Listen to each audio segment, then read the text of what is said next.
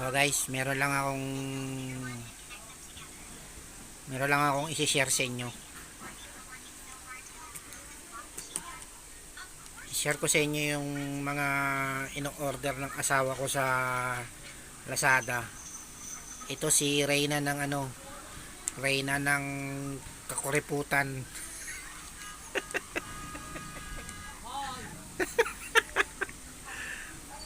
Hilig sa mura. Ayan, oh. Order siya, tripod. Magkano tong tripod niya? 20. Magkano to?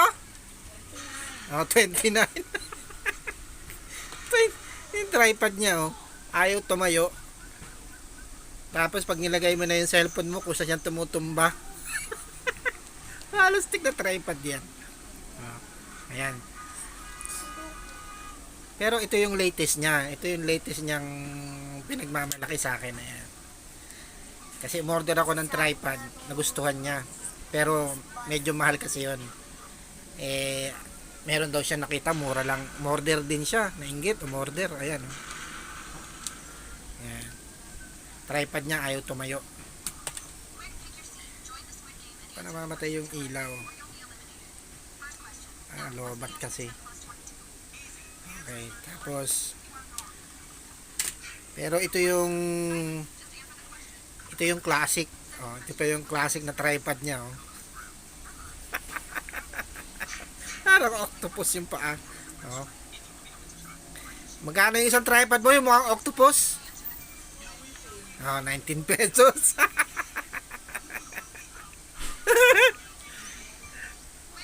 Naman 19 pesos Oh. Pero pag nilagyan mo na ng cellphone, bumabagsak na talaga yan. Hilahod na siya, hindi na makatayo. Hilahod na, hindi na makatayo. O, ito. Yan. Yun ang share ko lang sa inyo yung mga nakaisipan ng mga taong hilig-hilig sa sobrang mura. Pag nakakita ng sobrang, uy, mura, o-order ako. Tapos, hindi niya mapakinabangan. Pag dumating sa kanya, galit na galit. Peki raw dito mapakinabangan. Pero pa isa. Ito. Yung stand ng laptop parang gano'n, no? Sa laptop ko 'yon, nakapatong yung gano'n. May patungan yan, ayan yung patungan sa ilalim. Order din siya para dito sa laptop niya. Ito, yung kulay itim. Ayan. Order siya para sa laptop niya. Pero nung dumating na, ikinabit niya na, pag pinapatong niya yung laptop, bumabagsak na mag-isa ito. Yung mga na-order niya, para may sakit na para may sakit na arthritis o ano man, hindi kasi makatayo diretso. Kusang bumabagsak yung mga na-order niya. Sabi ko, ayan na napapala ng mahilig sa mura. Magkano yung stand? Ano mo, laptop stand mo, magkano? 49 pesos. Pinagyayabang niya pa sa halagang konting halaga daw. Ang dami daw niya na order. Ayan, order niya. Tapos itong yung kasi mas gusto niya nagta-type sa keyboard kaysa dun sa keyboard ng laptop. Gusto niya ganito. Mukhang yung keyboard di pa naman gaano nagagamit pero mukhang okay naman. Meron siyang pag pinakasaksak yan, may ilaw-ilaw pa siya, may ilaw-ilaw yan. Mukha namang okay yung in-order niya na to. Tapos nainggit din siya. Order din siya ng mouse.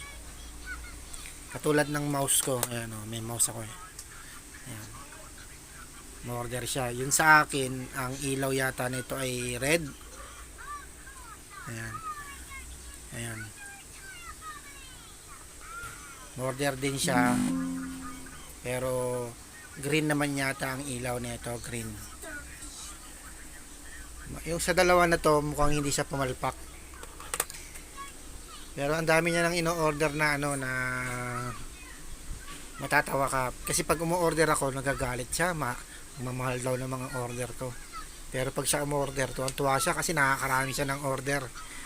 Isang order lang siya, marami yung umorder. Minsan dalawa, tatlo, minsan apat pa, sabay-sabay yan. Di naman ako nangangamba sa mga order niya kasi alam ko yung mga order niya. Barya-barya lang yung order niya ni. Ayaw niyang umorder talaga ng mahal. Pero expect mo na pagdating ng order niya, hindi siya masasatisfied na kasi mangot yan. Kasalanan din naman niya.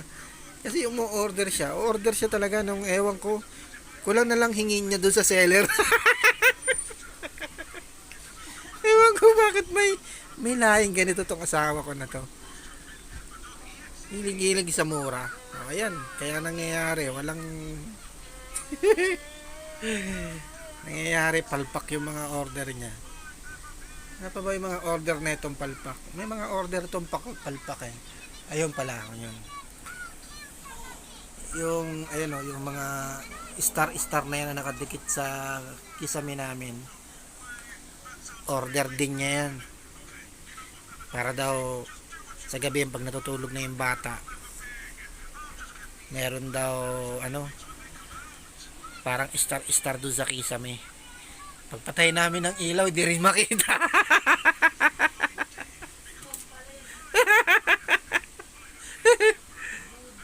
Budol.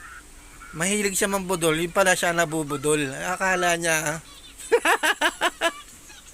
ayun. Pero di siya nadadala, guys. Kita mo. Pagkaraan ng ilang araw, o-order na naman yan. Hindi naman ako kinakabahan sa order niya. Hindi naman ako nagagalit sa mga order niya. Kasi pag umorder yan, talagang barya-barya lang. Ito yung tripod ko na in-order. Yan. Ang ganda to. Nasa less than 300. Pero maganda na siya. Sabi ko sa kanya, ganito na rin orderin mo. Ayaw niya, mahal daw. Mahal. Di ka naman palagi ginagamit. Di niya doon niya palagi ginagamit. Pero palagi niyang ginagamit yan. Pag nanonood siya ng TV, nanonood siya ng cellphone, gusto niya naka-tripod siya. Pero ayan, yung tripod niya, naiinis siya kasi tumutumba mag-isa. Ang lesson dyan, makinig ka. Ang lesson dyan, guys.